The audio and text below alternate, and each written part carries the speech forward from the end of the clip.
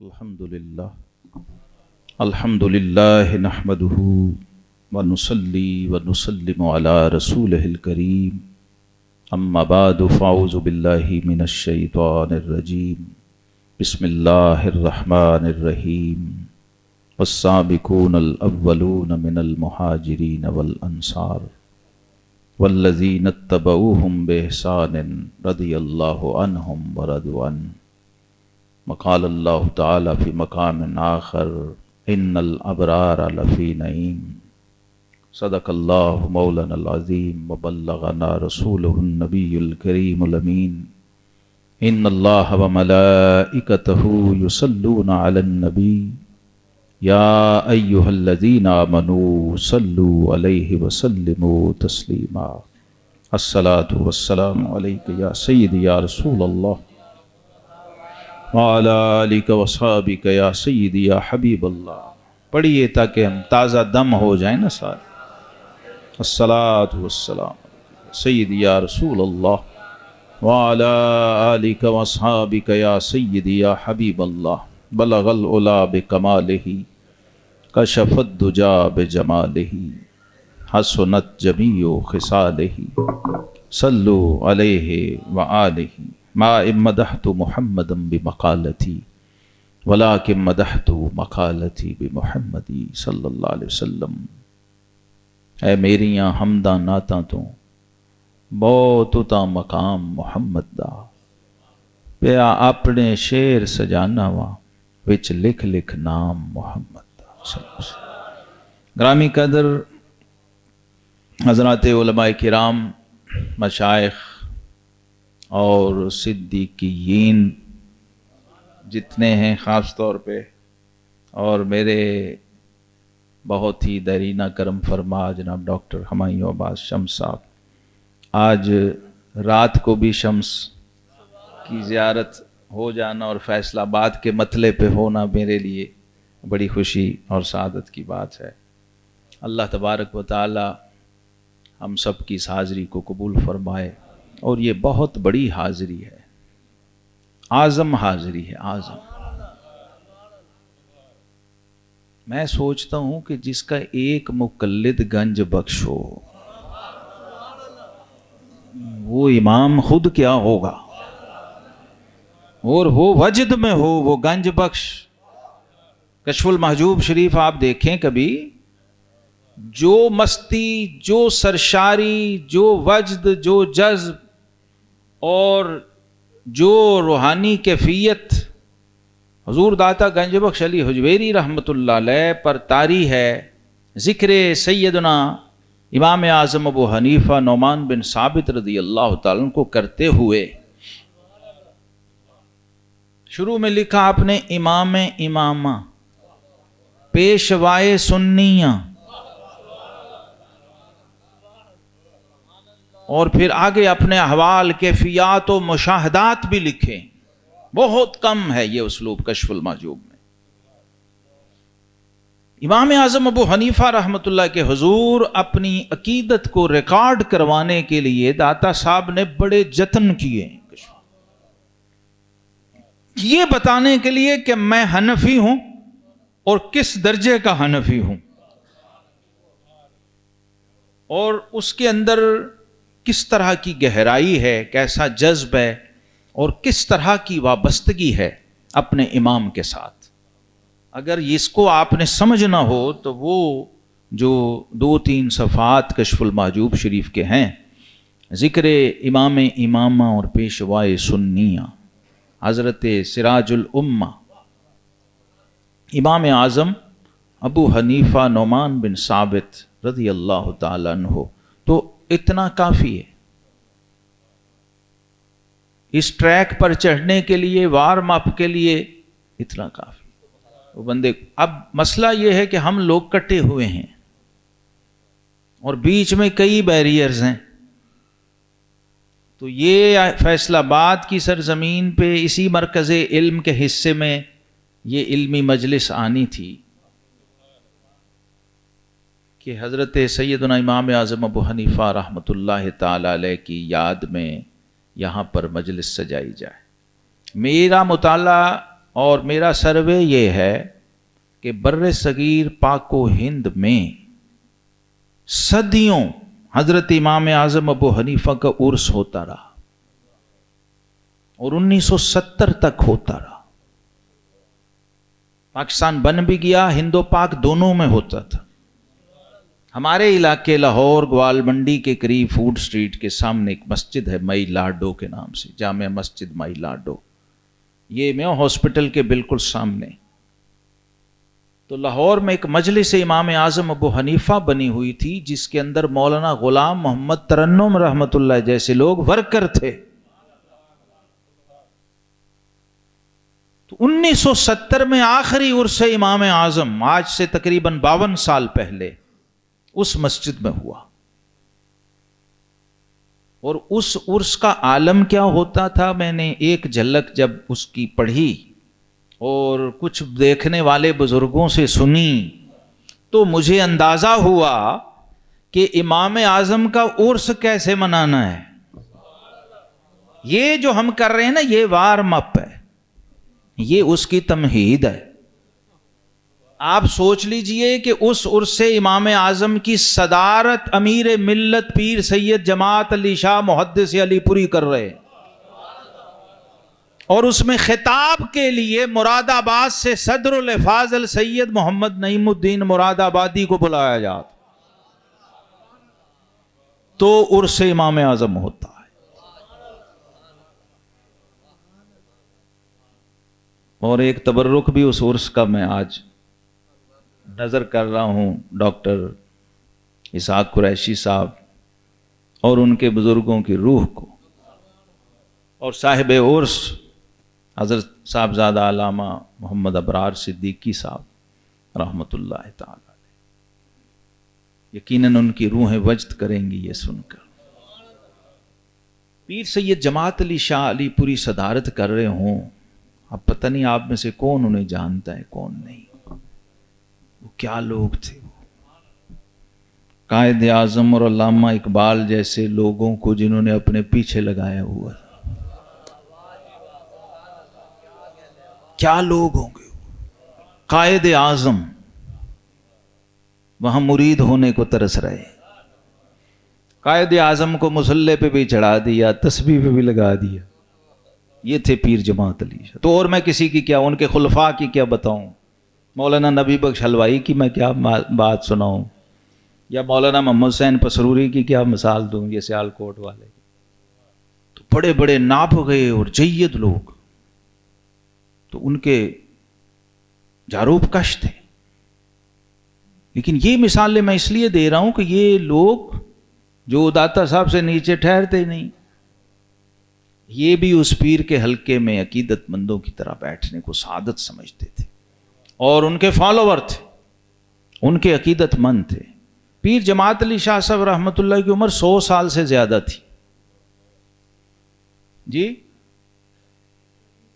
120 تقریباً، میں چونکہ حتمی بات نہیں کہی، 1200 سے اوپر تھی اس وقت جب وہ صدارت فرما رہے تھے. وصال کے وقت 120 اگر تھی تو سبحان اللہ، آپ اندازہ کر لیں کہ پوری صدی بندہ ہتھیلی پہ اٹھا کے پھر رہا ہو، وہ کیا بابا ہوگا جی، جسے حجاز والے بھی ابو العرب کہتے ہوں، اور بحری جہاز لنگر کا بھر کے لے جاتا ہو یہاں سے مدینہ شریف پیش کرنے کے لیے. تو خیر صدارت فرما رہے ہیں اور صدر الافاضل عرس سے امام اعظم میں خطاب کر رہے ہیں. اس عرس کا تبرک آج یہاں بٹنے لگا. یہ امام اعظم کی کرامت نہیں تو اور کیا ہے. تو صدر الافاضل نے لوگوں سے کہا، لوگو ہمارا امام خیر القرون سے تعلق رکھتا ہے، ہم جس امام کے فالوور ہیں نہیں پتا ہوتا لوگوں کو. میرے محلے میں ایک نوجوان ینگ مین غیر مقلد گھرانے کا وہ بچہ تھا، تو میرے پاس بیٹھا ہوتا تھا، کئی سوال اعتراض لے کے آیا کرتا تھا. تو ایک دن ایسے ہی گفتگو میں اسی تقلید اور امام اور مقلد کے اجتہاد کے پوچھتا رہتا. تو ویسے میں نے گفتگو میں کہا کہ امام اعظم ابو حنیفہ تو تابعی ہیں، تابعین میں سے ہیں، تو وہ جیسے ششدر ہو گیا وہ نوجوان، اور حیرت سے اس نے مجھے پوچھا کہ آپ نے کیا کہا ہے؟ امام ابو حنیفہ تابعی ہیں؟ میں کیا ہاں جی۔ کہتے یہ تو ہمیں کسی نے کبھی بتایا ہی نہیں۔ مطلب تابعی پہ کیا بحث اور اعتراض ہو سکتا ہے، چاہے مسلک کوئی بھی ہو؟ جو سورہ فاتحہ میں انعمت علیہم کا مطلب جانتا ہے وہ تابعی پہ اعتراض نہیں کر سکتا، اس کا مسلک فرقہ کوئی بھی ہو۔ تو جب صدر الفاضل نے یہ تمہید باندھی کہ آقا کریم علیہ السلام نے فرمائے خیر القرون کرنی، اے لوگو تمام زبانوں سے بہترین زمانہ میرا ہے، ثم الذین یلونہم ثم الذین یلونہم، پھر جو اس سے ملا ہوا ہے، پھر جو اس سے ملا ہوا۔ دیکھیے ہمارا امام قرآن کی آیتوں کا مصداق اور احادیث صحیحہ کا مجسمہ اور تفسیر۔ تعارف اگر نہیں کرائیں گے صحیح تو پھر اعتراض ہوگا،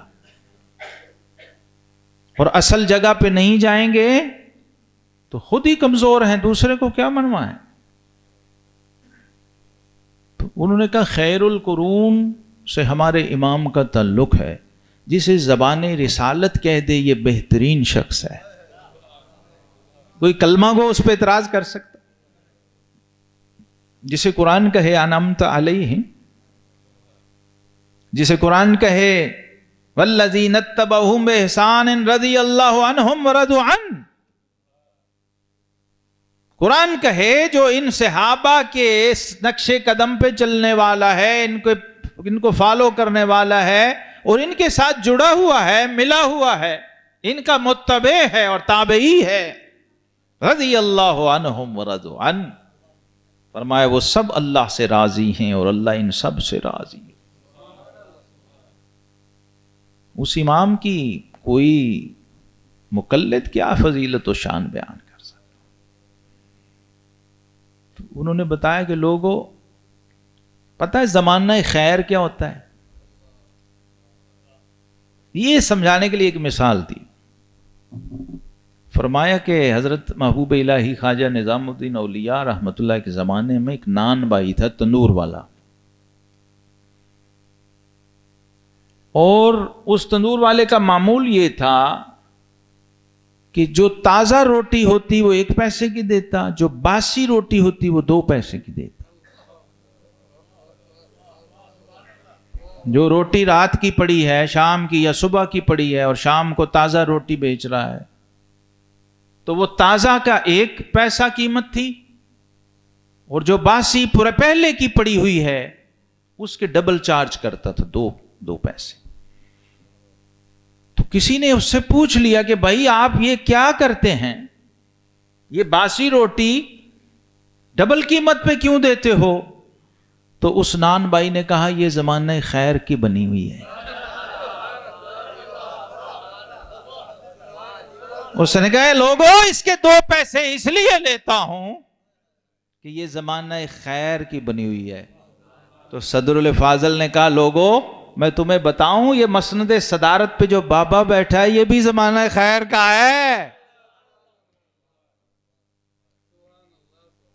تو اب سوچئے کہ ہمارے دور میں بندہ 100 سال کا ہو جائے تو وہ بھی زمانہ خیر کا ہو جاتا ہے، تو جو ہے ہی زمانہ خیر کا، جس کا تعلق ہی خیر القرون سے ہے، اس امام کی شان اور عظمت کیا ہوگی۔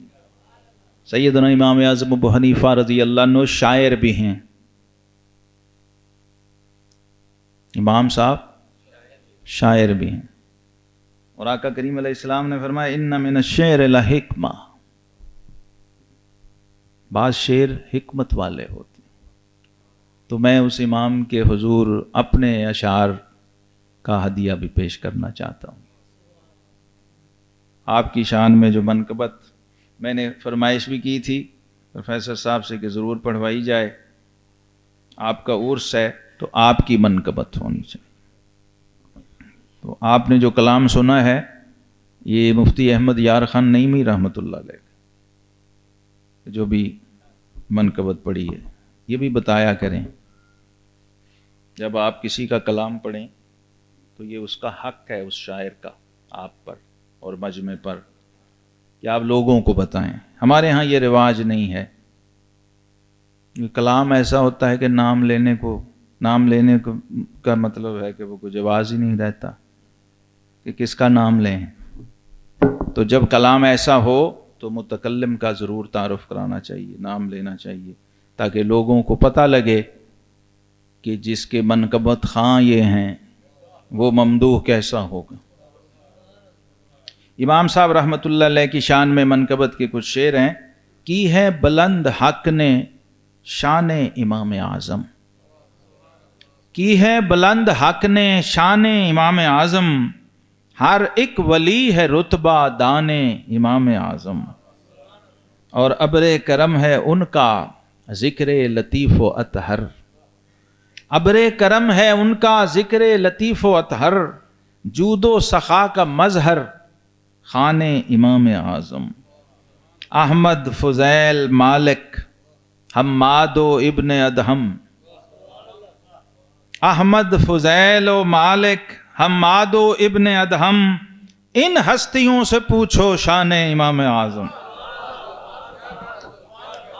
ہم نے کیا بیان کرنی شان امام اعظم.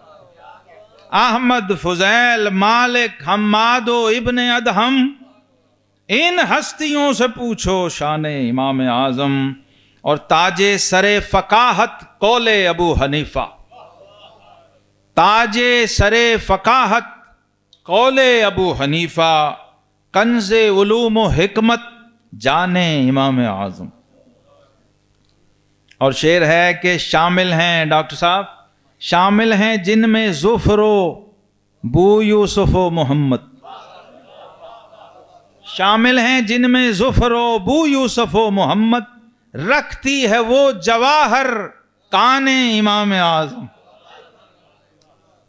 حضرت امام ظفر بن حذیل اور قاضی ابو یوسف اور امام محمد بن حسن شیبانی صاحبین جن کو کہتے ہیں، شامل ہیں جن میں ظفر و بو یوسف و محمد، رکھتی ہے وہ جواہر کان امام اعظم.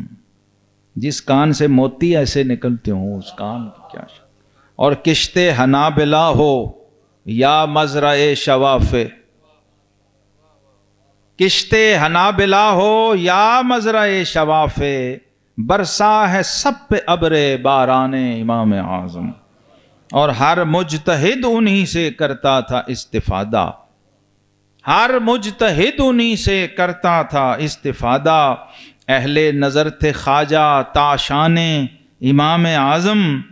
اور شہزاد پیشوا ہوں گر ہے سمیع و عینی،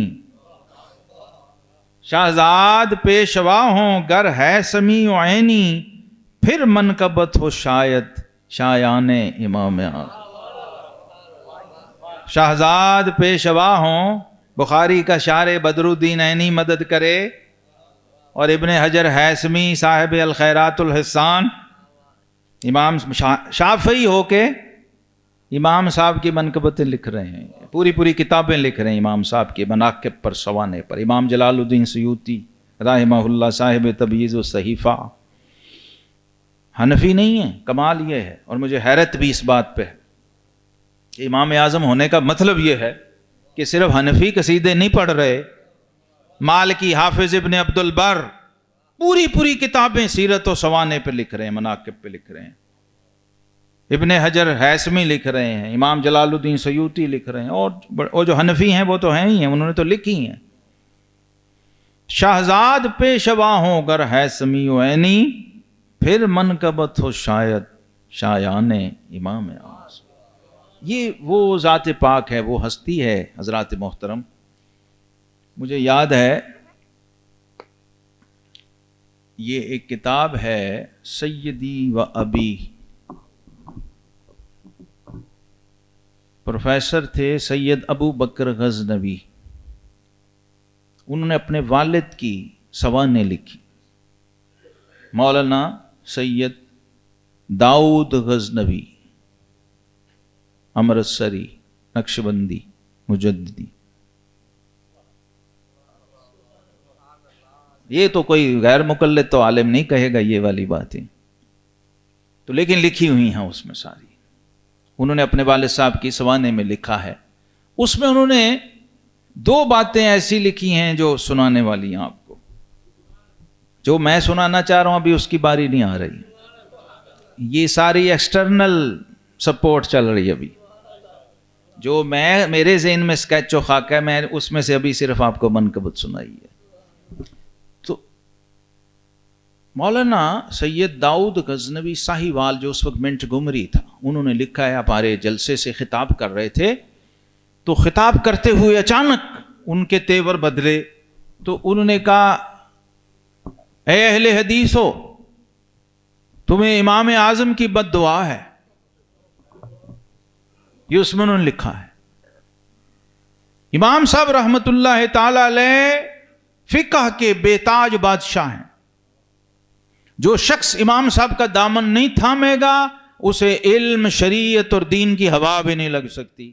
تو آخر میں انہوں نے ایک جملہ بولا, سنو, لوگوں سے اپنے مجمع سے کہا, سنو, ہم امام اعظم ابو حنیفہ کے دسترخوان کے ٹکڑے کھانے والے ہیں.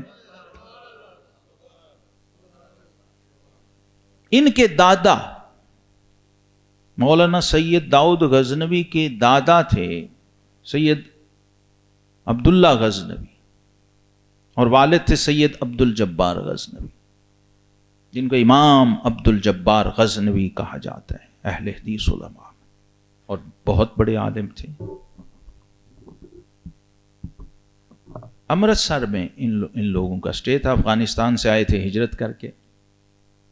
تو ان کے پاس مسجد کی انتظامیہ کے کچھ لوگ آئے.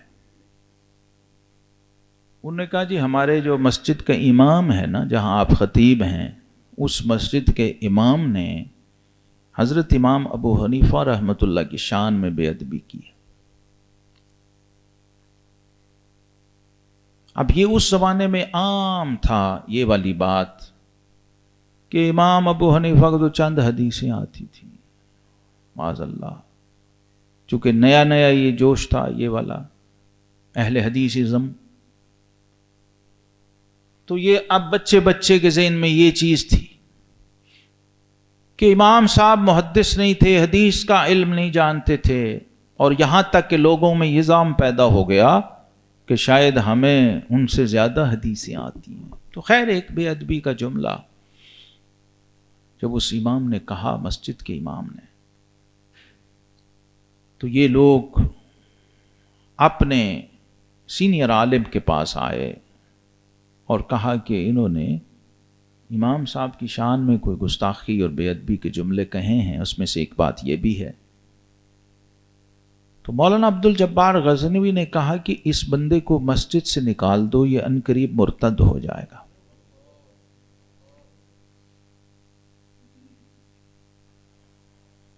وہ کہتے ہیں کہ اتنے بڑے امام نے ہمارے کہا, لہٰذا ہم نے ان مولوی صاحب کو مسجد سے فارغ کر دیا. اور کچھ عرصے بعد اس زمانے میں بر صغیر پاک و ہند میں قادیانیت اور مرزائیت کی آندھی چل رہی تھی اور طوفان تھا. پتہ چلا کہ وہ شخص مرزائی ہو گیا.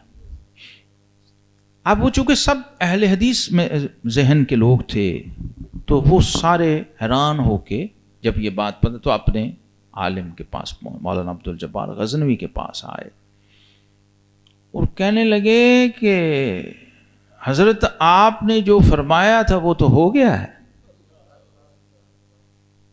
ہمیں تو آپ بتاتے رہتے ہیں کہ علم غیب تو نبی پاک صلی اللہ علیہ وسلم کو بھی نہیں ہے. آپ نے جو بتایا وہ تو ہو گیا, آپ کو کیسے پتا چلا, آپ کے پاس یہ علم کیسے آیا؟ ان کا بھائی میں کوئی عالم الغیب نہیں, نہ علم غیب میرے پاس ہے, میں تو ایک حدیث کا طالب علم ہوں, تو میں امام اعظم ابو حنیفہ کو اللہ کا ولی مانتا ہوں. تو میں نے صحیح بخاری شریف میں یہ حدیث قدسی کے الفاظ پڑھے ہیں کہ من عاد لی ولیا فقد آذنتہ للحرب, جس نے میرے ولی کے ساتھ عداوت رکھی, بغض رکھا, بدتمیزی اور بے ادبی کی, تو میرا اس کے ساتھ اعلان جنگ ہے. تو ان کا میں تو اس حدیث کی روشنی میں کہا تھا کہ ہزار ہا ولی جس کے مقلد ہوں, جس ولی کے, تو اس کی شان میں بے ادبی کر رہا ہے تو پھر اس کا ایمان بچنا مشکل ہے. تو انہوں نے کہا جی آپ وہ تو ثابت ہو گیا، وہ بے ایمان ہو گیا، مرتد ہو گیا. یہ ہمارے امام کی کرامت ہے. آپ سوچئے، وہ کہتے ہیں الفضل ما شاہدت بہ الاعداء. فضیلت وہ نہیں ہوتی جسے صرف اپنے مانیں، عقیدت مند مانیں. فضیلت وہ ہے جسے غیر بھی مانے. اور پھر غیروں میں کس کس درجے کے لوگ ہیں؟ قرآن پاک میں امام اعظم کی شان ہے. حدیث پاک میں حدیث صحیحہ بخاری مسلم کی متفق علیہ حدیثیں جن کا مصداق امام اعظم ابو حنیفہ ہیں، اور یہ ائمہ کا استدلال ہے. اور ائمہ بھی شوافع کے محدثین ہیں. صحیح بخاری میں امام بخاری رحمۃ اللہ علیہ، امام مسلم صحیح مسلم میں لائے فضائل الصحابہ، کتاب فضائل الصحابہ کے اندر، اور امام بخاری کتاب التفسیر میں لائے اس حدیث کو، جس کے 3 متن مروی ہیں. جس میں ایک موقع پر آقا کریم علیہ السلام نے سورہ جمعہ کی آیات جس وقت نازل ہوئی تو سورہ جمعہ کی تلاوت کی. تو ایک مقام پر اس کے آقا کریم علیہ السلام جب تلاوت کی تو ایک صاحب نے پوچھا کہ حضور یہ کون لوگ ہیں، یہ کون لوگ ہوں گے جن کا ذکر یہاں قرآن پاک میں کیا گیا؟ تو پھر آقا علیہ السلام نے توجہ نہیں فرمائی. دوسری بار پوچھا، پھر تیسری بار پوچھا. تو نبی کریم علیہ السلام نے، کہتے ہیں صحابہ کہتے ہیں سلمان فارسی بیٹھے ہوئے تھے اس وقت رضی اللہ عنہ. تو حضور علیہ السلام نے ان کے کندھے پہ ہاتھ رکھا اور فرمایا لو کان العلم عند الثریا. دوسری حدیث میں الفاظ ہیں لو کان الدین عند الثریا، اور تیسری حدیث میں الفاظ ہیں لو کان الایمان عند الثریا. اگر علم ثریا ستارے کے پاس بھی چلا جائے، اور دین ثریا ستارے کے پاس بھی چلا جائے، اور ایمان ثریا ستارے کے پاس بھی چلا جائے، تو فرمایا لا نالا من ابناء فارس. اور دوسری روایت میں فرمایا لا ذهب به رجل من اہل فارس او کما قال صلی اللہ علیہ وسلم. تو ساتھ سلمان فارسی کی طرف اشارہ کیا، ان کے کندھے پہ ہاتھ رکھا کہ اگر دین ثریا ستارے پہ چلا جائے، اگر علم ثریا ستارے پہ چلا جائے، اور اگر ایمان ثریا ستارے تک بھی چلا جائے، تو سلمان فارسی کی قوم سے ایک مرد خدا اسے وہاں سے بھی اتار لا ہے. اللہ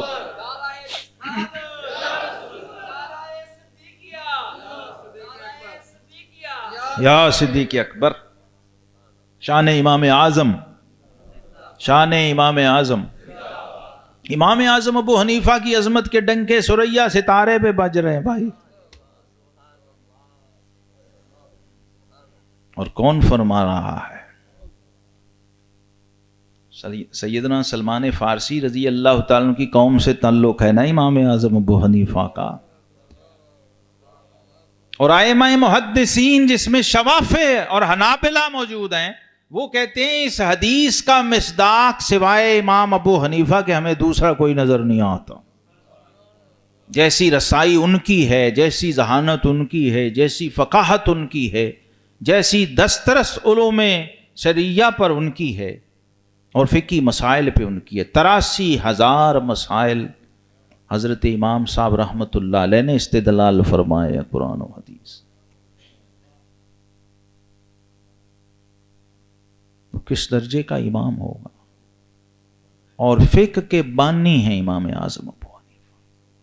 یہ جو ہمارا نظام فقہ ہے سارا، اس کو ایڈٹ کرنے والے، مدون کرنے والے، اس کی بنیاد رکھنے والے امام اعظم ابو حنیفہ. جب اور پھر صحابہ کرام کی زیارت سے مشرف ہے، تابعی ہیں. ایک صحابی کو بھی دیکھا ہو تو کافی ہے تابعی ہونے کے. اور سیدنا انس بن مالک رضی اللہ عنہ سے آپ روایت کرتے ہیں تقریباً 8 صحابہ اکرام سے، تو آپ کی روایت حدیث ثابت ہے. رویت اور لقاء تو کئی صحابہ سے ہے. صحابہ اکرام کا دور پا کے، ان کی زیارت کر کے، اور ان سے علوم لے کے، اور پھر تابعین سے علوم لے کے 4000 شیوخ ہیں آپ کے. 4000 اساتذہ امام اعظم ابو حنیفہ رحمۃ اللہ. ایک جگہ گیدرنگ تھی، شوافی اور احناف بیٹھے ہوئے تھے اور گفتگو کر رہے تھے کہ امام شافعی افضل ہیں، کوئی کہہ رہا تھا ابو حنیفہ افضل ہیں.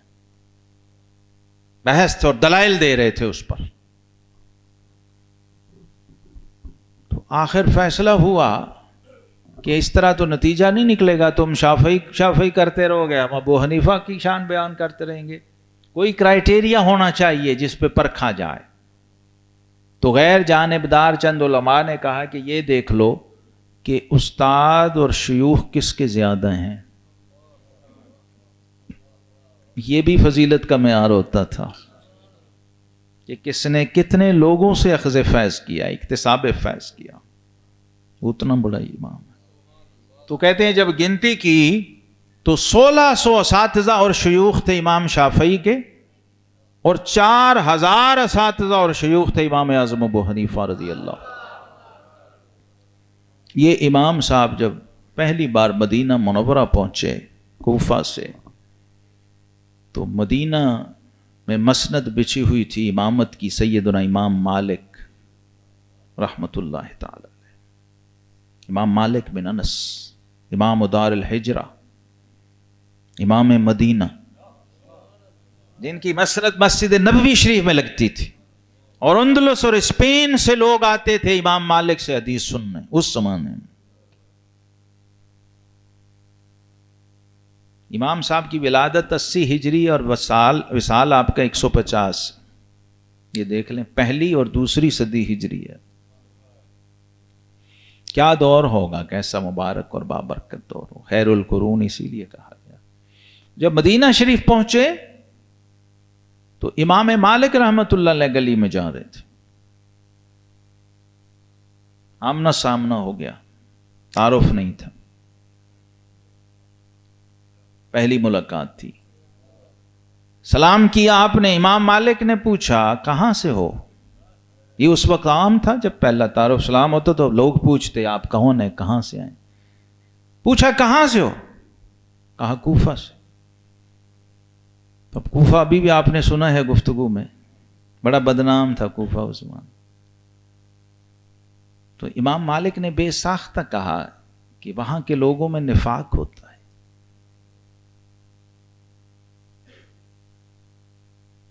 امام اعظم ابو حنیفہ رضی اللہ عنہ نے کچھ نہیں کہا، صرف ایک آیت جواب میں پڑھی اور کہا جی جی جی، اسی لیے تو اللہ نے قرآن میں فرمایا وَمِنْ أَهْلِ الْمَدِينَةِ مَرَضُوا عَلَى النِّفَاقِ. اور یہ کہہ کر آپ گزر گئے تو امام صاحب وہیں ساکت ہو گئے. امام مالک مبہوت ہو گئے اور کچھ لمحے وہاں مبہوت کھڑے رہے. امام صاحب جا چکے تھے. تھوڑی دیر بعد جب اپنے حواس میں آئے تو لوگوں نے دائیں بائیں شاگرد کھڑے تھے. حضور کیا ہوا؟ فرمائے وہ شخص کہاں گیا ہے جو یہاں تھا. ان کا جی وہ تو کوئی مسافر تھا، راہگیر، وہ چلا گیا. انہوں نے کہا نہیں نہیں نہیں، یہ کوئی عام مسافر نہیں تھا، یہ کوئی عام شخص نہیں تھا جو پوری امت کے امام کو بت بنا گیا ہے کھڑے کھڑے راہ جاتے ہوئے. یہ عام شخص نہیں تھا. ڈھونڈو، تلاش کرو. پتہ کیا، دیکھا، ملاقات ہوئی. کون ہیں؟ یہ ابو حنیفہ کوفہ سے. پھر تعارف ہوا، پھر ملاقات ہوئی، پھر بیٹھے. انہوں نے کہا کہ وہ تو ابو حنیفہ تھے. فرمایا یہ کیا ہی ابو حنیفہ سکتا، دوسرا کہہ ہی نہیں سکتا. روح سے یہ جو بات کہہ گیا ہے، ابھی میں نے ترجمہ نہیں کیا اس آیت کا، امام نے کہہ دیا جو کہنا تھا اور قرآن کی زبان میں کہا. میں جو کہنا چاہ رہا ہوں آپ سے وہ یہ ہے کہ امام ابو حنیفہ کی فقہ کا اول و آخر ماخذ قرآن ہے. اور امام صاحب فرماتے ہیں جب قرآن سے مسئلہ مل جائے تو ہم حدیث کی طرف بھی نہیں جاتے. ضرورت ہی نہیں، اصول ہے، صاحب حدیث کا دیا ہوا اصول ہے کہ معاذ بن جبل کہاں سے فتویٰ دو گے؟ کہا حضور قرآن سے. علم تجد، ہاں یہ نہیں کہ قرآن میں نہ ہو، فرمایا اگر تجھے نہ ملے، یہ بھی نہیں کہ قرآن میں نہ ہو، یہ نہیں کہا جی، یہ نہیں کہا کہ قرآن میں نہ ہو، تجھے نہ ملے تو پھر انہوں نے کہا بسنت رسول اللہ صلی اللہ علیہ وسلم، حضور پھر آپ کی سنت سے۔ پھر فرمایا اِلَّمْ تَجِدْ، یہ بھی ہو سکتا ہے کہ تو صحابی ہو اور کوئی حدیث نہ پہنچی ہو جی، یہ بھی ہو سکتا ہے، تو پھر اور کوئی کیا ہے؟ اور پھر فرمایا اِلَّمْ تَجِدْ، سنت میں بھی نہ ملے تو انہوں نے کہا اجتہد برائی، حضور پھر میں اجتہاد کروں گا، پھر میں قرآن و سنت سے روشنی لے کر مسئلے کا استنباط و استدلال کروں گا، اجتہاد کروں گا۔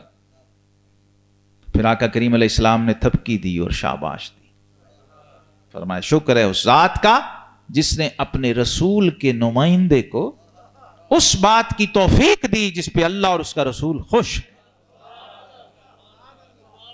اب یمن میں قاضی بنا کے بھیجا سیدنا معاذ بن جبل رضی اللہ تعالیٰ عنہ کو، ہمارا امام، اور یہی میرے داتا گنج بخش کا استدلال ہے اپنے خواب سے۔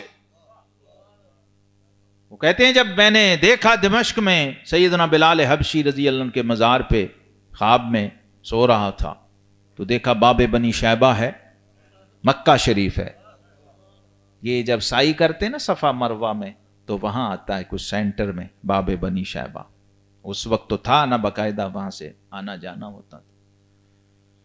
تو کہتے ہیں سویا سیدنا بلال کے مزار پہ ہوں اور پہنچا باب بنی شیبہ مکہ شریف حرم میں، یہ بھی آپ کڑیاں دیکھیں کیسی مل، اور پھر وہاں سے کیا دیکھ رہا ہوں کہ دروازہ اللہ کے گھر کا ہے اور جلوہ اللہ کے حبیب کا ہے۔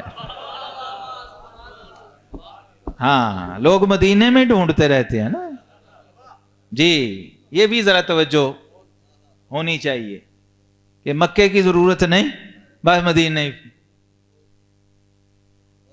داتا صاحب فرما رہے ہیں مکے میں حضور ملے ہیں مجھے باب بنی شیبہ، اب کیا پتا تو مدینے ڈھونڈتا پھرے اور حضور کعبے کا طواف کر رہے ہو۔ وہاں تو کئی ایسے محقق صوفی تھے جو کعبے میں درود پڑھتے رہتے تھے جی، یہ گجرات میں جو تھے نا خواجہ گوہر الدین اویسی رحمت اللہ علیہ، وہ ایسے ہی کرتے تھے، خانہ کعبہ میں درود پڑھتے رہنا، مدینہ شریف میں قرآن پڑھتے رہنا، مسجد نبوی۔ تو مریدوں نے کہا حضور یہ کیا؟ اویسی اور وہ امی بزرگ تھے اور کمال شخصیت تھے، پرانے بزرگوں کو پتہ ہے کبھی ان کی زیارت بھی کی ہوگی۔ تو وہ انہوں نے بتایا بھائی ہر دوست اپنے دوست کے ذکر سے خوش ہوتا ہے نا، تو میں کعبے میں درود پڑھتا ہوں تاکہ رب خوش ہو کہ میرے یار کا ذکر کر رہا ہے۔ اللہ اکبر، بھائی نعرہ صدیقیہ ضروری ہے۔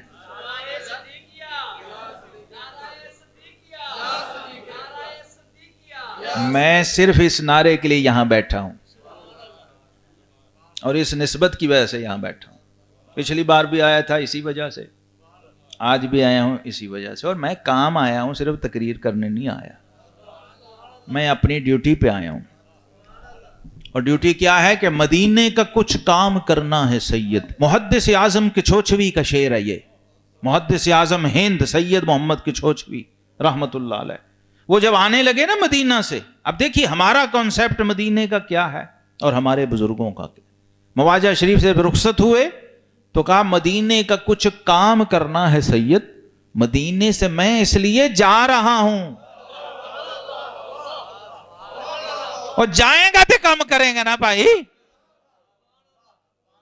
اب ہر ویلا کہتا ادھر بیٹھ کے کھجوریں کھاتا ہوں، مجھے اور کیا چاہیے یار،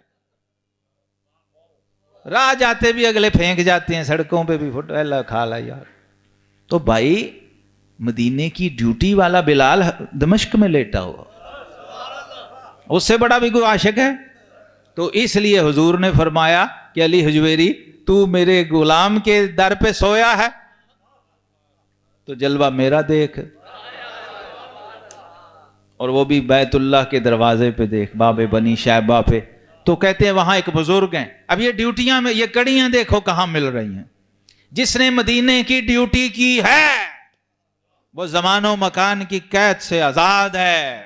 ہر ملک ملک ماس کے ملک خدا ماس. شیخ عبدالحق محدث دہلوی ڈیوٹی لگی نا کام پہ، مدینے سے لگی. خواجہ غریب نواز کی ڈیوٹی لگی کام کی، مدینے سے لگی. تو کام داتا صاحب کی غزنی دمشق سے ڈیوٹی لگی. بیت الجن سے مرشد نے کہا ڈیوٹی از ڈیوٹی، کام کرو مدینے کا جا کے یار. یہ عشق رسول ہے. یہ جھنڈیاں، یہ دیگیں سال میں ایک آدھ بار کر کے اور پھر سو جانا، یہ میری سمجھ میں نہیں آیا یہ والا عشق. اور سارے جہان کو وقت ڈال دینا، ایک محفل کرنی ہے سال بعد. تو یہ بھائی یہ کچھ اور چیز ہے. آپ لوگ ایکسپریشن کو ہی آپ نے اصل گول سمجھ لیا ہے، ایم سمجھ لیا ہے. ایکسپریشن تو صرف ہوتا ہے دوسروں کو بتانے کے لیے کہ ہم کون ہیں. وہ آپ کا تعارف ہوتا ہے، وہ آپ کا مقصد نہیں. اب بندہ گھر میں واش روم بنا کے اس میں اینٹیں ٹائلیں بہترین لگا کے تو سارا دن رات اسی میں بیٹھا رہے منجا ڈا کے، یہ اس لیے تو نہیں بنائے. منگلہ ہی صحیح، جتنا بڑا مرضی صحیح، یا چھوٹی سی جھنگی صحیح، وہ کس مقصد کے لیے بیت الخلاء ہے؟ وہ ایک ضرورت ہے، وہ مقصد نہیں. پہلے تو گھروں میں ہوتے بھی نہیں تھے. تو ضرورت اور مقصد کا فرق سمجھیے. امام اعظم ابو حنیفہ کی کل زندگی کا یہ خلاصہ ہے. کیونکہ جسے فقاہت کا لنگر لینا ہے وہ امام ابو حنیفہ کے دسترخوان پہ آ جائے. اور آقا کریم علیہ السلام نے فرمایا اللہ جس کی بھلائی کا ارادہ کر لے، من یرید اللہ بہ خیرا یفقہہ فی الدین. اب بندہ رب سے بھلائیاں مانگ رہا ہے، اور ایک بندہ وہ ہے رب خود جس کی بھلائی چاہتا ہے اور ارادہ کر چکا ہے اس کی بھلائی کا، اور وہ آپ ٹیکسٹائل انڈسٹری کے مرکز میں بیٹھے ہوئے ہیں. جی ہاں، یہ ابو حنیفہ کے غلام کا مسئلہ نہیں ہے، یہ کسی اور کا مسئلہ ہے. ابو حنیفہ سے میں آپ کو بتا دیا پوری تاریخ. 1970 کے بعد دروازے بند ہو گئے. وہ بھی 2-4 جگہوں پہ ہوتا تھا کیونکہ تعلق نہیں رہا، شعور نہیں رہا، پتہ نہیں رہا کہ جس کے مرید داتا گنج بخش جیسے ہیں اس کے عرس کے بغیر داتا کا عرس تو ہونا ہی نہیں. میرا تو خیال یہ ہے کہ داتا صاحب کو عرس داتا صاحب قبول کرتے ہی نہیں ہیں. تو تم لگے رہو بھائی، جب میرے امام کا ہی عرس نہیں کرتے ہو. ہاں تو امام کا عرس صرف دیگیں پکانا نہیں ہے. امام ابو حنیفہ اپنے وقت کے سب سے بڑے ٹیکسٹائل انڈسٹری کے مالک ہیں. آپ کی کپڑے کی کئی ملیں تھیں، لوگوں کو نہیں پتا. امام ابو حنیفہ نے کل زندگی کبھی کسی سے 1 روپیہ نہیں لیا، ہدیہ بھی نہیں لیا. ہدیہ تحفہ نہیں ہوتا، لوگ لے جاتے ہیں، تحفہ بھی نہیں. انہوں نے کہا بھائی تو ہے میرے کو لے جا. ہاں، اور کوئی امام، کوئی عالم، کوئی مجتہد مفتی اس زمانے کا، کوئی امیر و غریب ایسا نہیں ہے، میرا چیلنج ہے، جس نے ابو حنیفہ کے دسترخوان سے 1-2 بار روٹی نہ کھائی. میں آپ کو اس کی صرف ایک آخر میں مثال دے کے میں ختم کرتا ہوں، جھلک صرف پیش کرنی آپ کو کہ ہم نے پورٹریٹ کیا کیا. کل زندگی امام صاحب کسی مسجد کے امام و خطیب نہیں رہے. مقامی لوکل مسجد میں جا کے اپنی نماز پڑھ کے آ جاتے تھے، تو ٹھیک ہے. اچھا یہاں یہ تصور ہے کہ عالم صاحب نے مسجد میں ہی خطیب لگنا ہے، کس بات پہ بھائی؟ امام کی اس طرح ٹیکسٹائل کیوں نہیں ہے تمہارے خطیب کی؟ اگر تم حنفی ہو. جی جی جی جی جی پڑھیں تو صحیح جا کے پہلے. یہ امام شاہ بھی 500 صحابہ کا شاگرد، تابعین کے امام. وہ بازار میں 21-22 سال کا نوجوان، ماتھے سے نور کی کرنیں ٹپک رہی ہیں، بزنس مین ہے، بڑا intelligent brilliant business man, young man, market میں اپنی مارکیٹنگ کر رہا ہے. تو امام شابی کی نظر پڑ گئی. وہ اپنی فیلڈ کے جوہری تھے. انہوں نے کہا کس منڈی کا ہیرا کس منڈی میں پھر رہا ہے.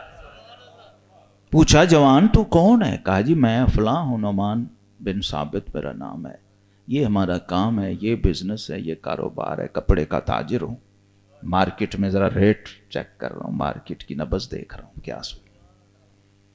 کہا بیٹا، بس تابعی کا جملہ تھا، کہا بیٹا میں تیرے ماتھے پہ علم کا نور دیکھ رہا ہوں۔ ہائے ہائے، وہ لوہا گرم، چوٹ لگ گئی۔ تو امام صاحب کہتے ہیں وہ بھی چلے گئے، میں بھی آ گیا، لیکن وہ جملہ میرے دماغ میں گھومتا رہا کہ بابے نے جو بات کہی ہے، اب میں کیا کروں۔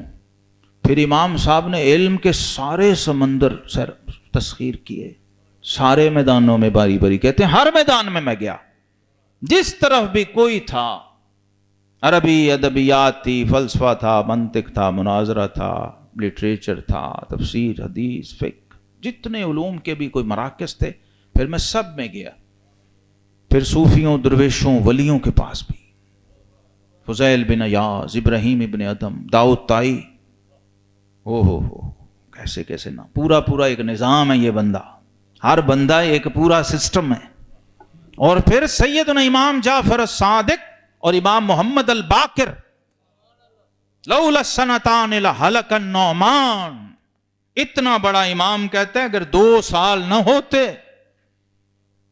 جو فضیل بن عیاض کے ساتھ 1 سال، لوگ اس کا پتہ نہیں کیا کیا مطلب بیان کرتے ہیں، یہ 2 سال 2 شخصیات سے متعلق ہیں، ایک فضیل بن عیاض کے ساتھ اور ایک امام جعفر الصادق۔ کہتے ہیں اگر یہ نہ ہوتے تو نعمان ہلاک ہو جاتا،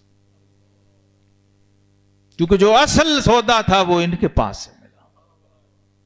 پھر بڑے بڑے اکابر اجلہ شیوخ سے بھی آپ نے استفادہ کیا، سیکھا، صحابہ سے فیض لیا اور روحانیت لی۔ صحابی کے فیض کی ایک جھلک یہ ہے کہ آقا کریم علیہ السلام نے فرمایا جس نے میرے صحابی کو صرف دیکھا، صرف دیکھنا اتنی بڑی کوالیفیکیشن ہے، فرمایا لا تمس النار مسلما رانی او رامن رانی، جس نے مجھے دیکھ لیا اس پر بھی جہنم حرام، اور جس نے میرے دیکھنے والے کو دیکھ لیا اس پر بھی جہنم حرام۔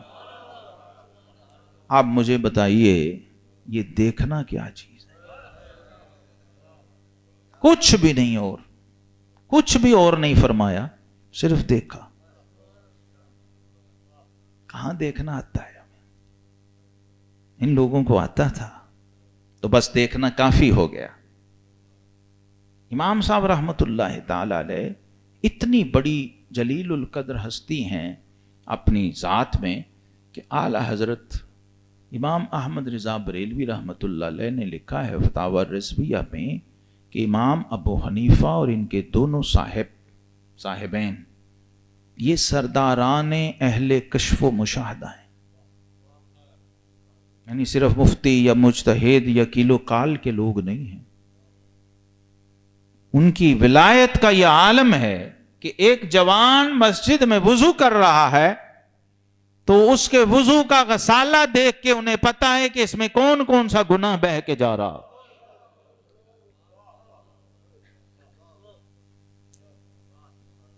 اور پھر اس میں فقاہت کی چاشنی یہ ہے، دین اور شریعت کا پاس یہ ہے، اللہ کی صفت ستاری کا غلبہ یہ ہے کہ اس جوان کو علیحدہ لے گئے، کوئی اشتہار نہیں چھاپا، اللہ کے لے جا کے کہا بیٹا یہ گناہ نہ کیا کرو،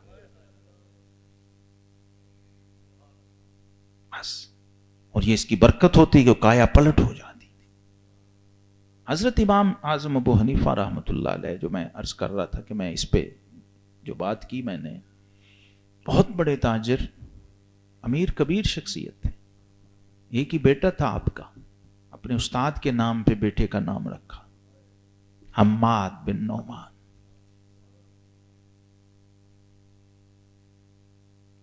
تو بیٹے کو جب قاری صاحب نے صرف سورہ فاتحہ پڑھائی نا، صرف سورہ فاتحہ، تو امام صاحب نے 900 درہم نظر کیے اس وقت۔ صرف فاتحہ مکمل ہوئی تو اسے سیلیبریٹ کیا، سورہ فاتحہ پہلے صرف پڑھائی، ابھی قرآن ناظرہ شروع کرایا، تو استاد صاحب حیران ہو گئے کہ حضور امام صاحب ابھی تو ہم نے الحمدللہ پڑھی ہے، سورہ فاتحہ شریف پڑھی، تو آپ نے فرمایا مولانا آپ کو پتہ نہیں آپ نے میرے بچے کو کیا دے دیا ہے۔ اور میرے پاس اس وقت گنجائش نہیں تھی، ورنہ یہ تو کچھ بھی نہیں، جو تھا اس وقت فوری وہ میں نے آپ کی نظر کیا ہے۔ اب جب آپ قرآن مکمل کرائیں گے تو پھر اصل بات، تو پھر اس کے بعد امام صاحب رحمت اللہ علیہ کی جو کلاس ہوتی تھی، اب اس کی ایک جھلکی آخر میں دیکھ لیں۔ جب پڑھا رہے ہوتے تھے شاگردوں کو، اور بڑے چنے ہوئے سلیکٹڈ لوگ، اس وقت کی کریم بیٹھی ہوتی تھی، پڑھا رہے ہیں تو ایک بچہ چھوٹا سا 10-12 سال کا بچہ پاس سے جیسے گزرتے ہیں تو بچے رک جاتے ہیں دیکھنے کے لیے کیا ہو رہا ہے، وہ بھی تھڑے پہ تھوڑی دیر بیٹھ گئے۔ اب امام صاحب نے پڑھاتے ہوئے بچے کو بھی نوٹ کیا، اس کی دلچسپی کو، شوق کو، وہ تھوڑی دیر بیٹھا پھر چلا گیا۔ اگلے دن پھر بیٹھا، وہ زیادہ دیر بیٹھا، تو امام صاحب رحمت اللہ نے بلا لیا، بیٹا تم کون ہو؟ نے کہا جی میں ایک یتیم ہوں اور کام پہ جا رہا ہوں مزدوری کرنے، آپ کو یہاں دیکھتا ہوں تو اچھا لگتا ہے تو تھوڑی دیر بیٹھ جاتا ہوں۔ تو فرمایا بیٹا کتنے پیسے ملتے ہیں تمہیں اجرت ہفتے کی، مزدوری روزانہ کی کتنی اور ہفتے کی، مہینے کی، پورا پوچھا۔ ان کا جی اتنے پیسے ملتے ہیں۔ تو آپ نے فرمایا اگر وہ تمہیں مل جایا کریں تو تم وہ جہاں مزدوری کرتے ہو اس کی جگہ یہیں آ کے بیٹھ کے یہ پڑھ لیا کرو، یہ جو لنگر بٹ رہا ہے یہ لے لیا کرو، تمہیں شوق ہے۔ تو اس نے کہا جی یہ تو بہت اچھا ہے، میں کوشش کروں گا۔ اب وہ بچے کا دل علم کی طرف تھا اور ماں بیوہ تھی، یتیم بچہ تھا، اسی سے گزارا تھا۔ ماں ڈھونڈتی پھرے، جب شکایت گئی کہ بچہ کام پہ نہیں آ رہا تو ماں ڈھونڈتی ہوئی وہاں پہنچ گئی، بچے کو غصے ہوئی، مارا جیسے روٹین ہوتی ہے۔ تو امام صاحب رحمت اللہ تعالی نے روک لیا، فرمایا بی بی یہ کیوں مارتی ہو اس بچے کو؟ کہا جی اس کا باپ سر پہ نہیں، یہی بڑا ہے، کوئی بھی کمانے والا نہیں، یہ کما کے لاتا ہے تو ہمارا گھر چلتا، آپ اسے یہاں بٹھا لیتے ہیں۔ تو امام صاحب رحمت اللہ فرمایا بی بی یہ جو لاتا ہے نا وہ تمہارے گھر پہنچ جایا کرے گا، یہ ہمارے امام ہیں، وہ تیرے گھر پہنچے گا، تو اسے پڑھنے دے، اسے روکنا۔ اور اماں سن جا، ایک دن آئے گا کہ تیرا یہ بچہ پستے کے فلودے کھائے گا۔ یہ پستے کا فلودہ ہارون الرشید کی غذا تھی، اب خلیفہ عباسی جو تھا یہ صرف اس کے دربار میں کھایا جاتا تھا، بڑے سے بڑے امیر مشیر کو بھی میسر نہیں تھا۔ پستے کا فلودہ یہ اس کی کیبنٹ کے لوگ کھا سکتے تھے، عباسی خلیفہ کے، یا وہ کھاتا، تو یہ مشہور تھا کہ عباسی خلیفہ ہارون الرشید کی فیورٹ ڈش ہے یہ پستے کا فلودہ۔ تو اماں کو جب خرچہ گھر ملنے لگا تو اس نے کہا ہم خرما ہم ثواب، بچہ پڑھ رہا ہے تو اچھی بات ہے، عالم بن جائے گا۔ امام صاحب کی مجلس میں بیٹھنے والا وہ بچہ، حضرات محترم، ایک وقت آیا کہ سلطنت اسلامیہ کا اس امت کا پہلا چیف جسٹس اور قاضی القضات بنا خلیفہ ہارون الرشید کے دربار میں، اور نام تھا اس کا قاضی ابو یوسف۔ ایک دن واپس جانے لگے دربار سے بادشاہ کی مشاورت کے بعد، تو خلیفہ عباسی نے تالی بجائی، کہا قاضی صاحب رکیں۔ قاضی صاحب رک گئے، تو اس نے خادم کو کہا کہ پستے کا فلودہ لایا جائے۔ جب اس نے کہا پستے کا فلودہ لاؤ تو قاضی ابو یوسف کی آنکھوں سے زاروں قطار آنسو جاری ہو۔ قاضی صاحب میں آپ کو وہ اعزاز دے رہا ہوں جو میں نے کبھی کسی وزیر کو بھی نہیں دیا، میں اپنے ساتھ آپ کو بٹھا کے اپنی فیورٹ ڈش کھلانے لگا ہوں، تو آپ رو ہی جا رہے ہیں؟ میں خلیفہ میں اس بات پہ نہیں رو رہا، مجھے اپنے استاد اور اپنے امام کا قول یاد آ گیا جو بچپن میں انہوں نے میری ماں سے کہا تھا کہ بی بی ایک وقت آئے گا تیرا یہ بچہ خلیفہ وقت کے ساتھ بیٹھ کے پستے کا فلودہ کھائے گا۔ مجھے اپنے امام کی وہ فراست اور وہ فقاہت یاد آ گئی۔ حاضرین محترم، یہ وہ امام ہے جس نے شاگردوں کو اپنی کفالت سے پالا بھی ہے، اور زندگی بھر کسی سے کوئی چندہ کوئی فنڈ کچھ نہیں مانگا، تب ابو حنیفہ بنتا ہے، تب ابو حنیفہ سلطنت عباسیہ کے خلاف کھڑا ہو کے کلمہ حق کہتا ہے۔ اس کے لیے جو کرائیٹیریا اور کوالیفیکیشن ہے، وہ جب تک ان آئمہ سے ہمارا نظریاتی، قلبی، باطنی تعلق نہیں بنتا، یہ نصیب نہیں ہوتا، یہ ذوق، یہ کیفیت، یہ فقاہت۔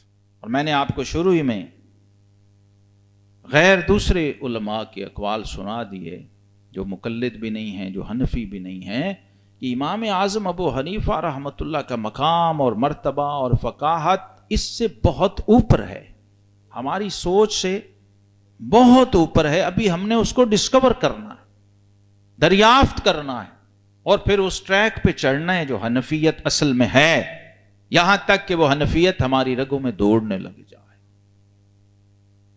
اور پھر وہ دور آئے جس کی میں نے آپ کو چند مثالیں، اس وقت ایسے لوگ تھے جن کی یہ برکت تھی، جن کی یہ تاثیر تھی کہ تقلید کو شرک کہنے والے حلقوں میں ایسے مقررین کھڑے ہوتے تھے جو امام اعظم ابو حنیفہ کی شان میں قصیدے پڑھتے، اور امام صاحب کی بے ادبی کرنے والے پر ارتداد کا احتمال شو کرتے تھے کہ یہ مرتد نہ ہو جائے۔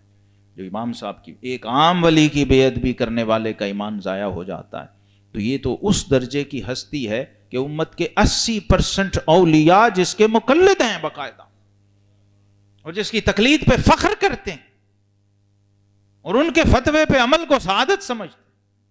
تو امام صاحب رحمت اللہ ایسی عجیب و غریب ہستی ہیں اور ایسی شخصیت ہیں کہ امام شافعی نے کہا کہ تمام امت کے فقہا یہ ابو حنیفہ کے بچے ہیں، فقہ کے معاملے میں سب ابو حنیفہ کے محتاج ہیں، آپ کے اساتذہ، شیوخ، آپ کے معاصرین اور آپ کے بعد آنے والے متاخرین، یہ تینوں طبقوں نے امام صاحب کو خراج تحسین پیش کیا۔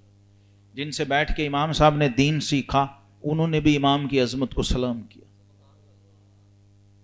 جو لوگ معاصرین تھے، حاسد بھی ہوتے ہیں، وہ بھی تھے، تو امام صاحب فرمایا کرتے تھے کہ حاسدین کا ہونا یہ اس بات کی دلیل ہے کہ اللہ نے ہمیں کوئی نعمت عطا فرمائی، کیونکہ حدیث میں کل ذی نعمت محسود، ہر صاحب نعمت سے حسد کیا جاتا، تو حکم یہ ہے کہ جب کوئی تم سے حسد کرے تو شکر کیا کرو کہ یقیناً میرے رب نے مجھے کوئی نعمت دی ہوگی کہ کوئی مجھ سے حسد کر رہا ہے، تو یہ مقام شکر ہے۔ یہ وجہ ہے کہ شاہ ولی اللہ محدث دہلوی نے یہ جملہ لکھا ہے اور حد کر دی ہے، وہ کہتے ہیں کہ اللہ کو امام صاحب سے اتنا پیار ہے، بندہ دنیا سے بڑا غوث قطب بھی چلا جائے تو نامہ اعمال بند ہو جاتا، لیکن وہ کہتے ہیں کہ اللہ نے چاہا کہ ابو حنیفہ کا نامہ اعمال قیامت تک بھرتا رہے، اس لیے وفات کے بعد بھی ان کے اتنے مخالف اور حاسد پیدا کیے ہیں جو ان پہ تنقید کرتے رہیں اور ان کے درجات بلند ہوتے رہیں۔ اب وہ غیبت کرنے والے کی نیکیاں نکل کے جس کی غیبت کر رہا ہے اس کے نامہ اعمال میں جاتی ہیں نا، تو انہوں نے کہا اللہ کے ہاں آپ کی محبوبیت کا یہ عالم ہے، اور ہمارا امام وہ ہے حاضرین محترم 70 سال کی عمر ہے اور 55 حج کرتا ہے،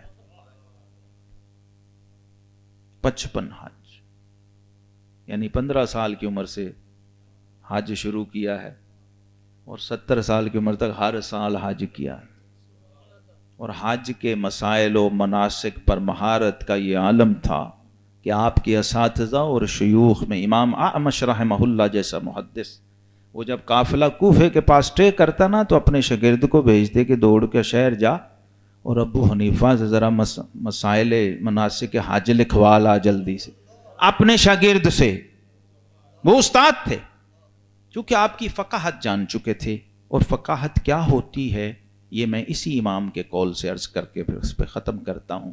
استاد نے، شیخ نے اپنے شاگرد کے شان میں اور کل امت کے فقہا کی شان میں جو محدث کا ٹریبیوٹ ہے، یہی اصل میں ہمارا مرکزی نقطہ ہے جس پہ ہم نے پہنچنا ہے اور جاننا ہے، اور آج اس کی ضرورت ہے۔ یہ امام صاحب کے استاد کا جملہ ہے، امام سلیمان الاعمش رحمہ اللہ، جن کی مجلس میں بیٹھنے والے شاگردوں میں ایک امام ابو حنیفہ ہوتے تھے. جب حدیث کی مجلس لگتی، حدیث پڑھاتے تھے، تو ایک بار مجلس لگی ہوئی تھی، آپ پڑھا رہے، جب فارغ ہوئے نا تو لوگوں نے سوال شروع کر دیے. شرعی مسئلہ کسی نے پوچھا، کسی نے پوچھا. تو یہ لوگ للہیت کے ایسے بادشاہ تھے کہ اگر جواب نہیں آتا تو بڑے تسلی سے، اطمینان سے کہتے ہیں واللہ لا ادری. یہ میں نے خود مسجد نبوی شریف میں جب منظر دیکھا تو مجھ پہ کھلا. کتابوں میں پڑھ کے ویسے سمجھنے تھا، جو دیکھ کے آتا. حرم نبوی میں بیٹھا ہوا ہوں اور بہت بڑا مجمع کثیر تھا، اور حرم کے ایک استاد اور بڑے سینئر شیخ درس دے رہے تھے. درس کے بعد لوگ پرچیاں بھیج رہے تھے سوالات کی. تو کچھ سوال پرچی آئی تو انہوں نے کہا واللہ لا ادری. ان کا جی مجھے اس کا علم نہیں. بھری امت بیٹھی ہوئی ہے. تو یہ ہمارے آئمہ، جب پوچھا گیا تو انہوں نے کہا مجھے اس کا علم نہیں. پھر دوسرے نے پوچھا، فرمایا مجھے پتہ نہیں.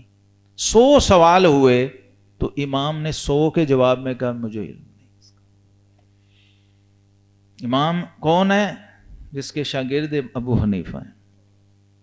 تو امام ابو حنیفہ سے نہیں رہا گیا کہ میرا استاد. ان کا حضور میں بتاؤں، میں جواب دوں؟ فرمایا ہاں بتاؤ. انہوں نے کہا جی یہ جس بندے نے یہ پوچھا ہے اس کا یہ جواب ہے، جس نے یہ پوچھا اس کا یہ جواب ہے، جس نے یہ پوچھا اس کا. 100 سوالوں کے 100 جواب ایٹ دی سپاٹ دے دی. مجلس برخاست ہو گئی، لیکن استاد ہے. استاد الگ لے گئے.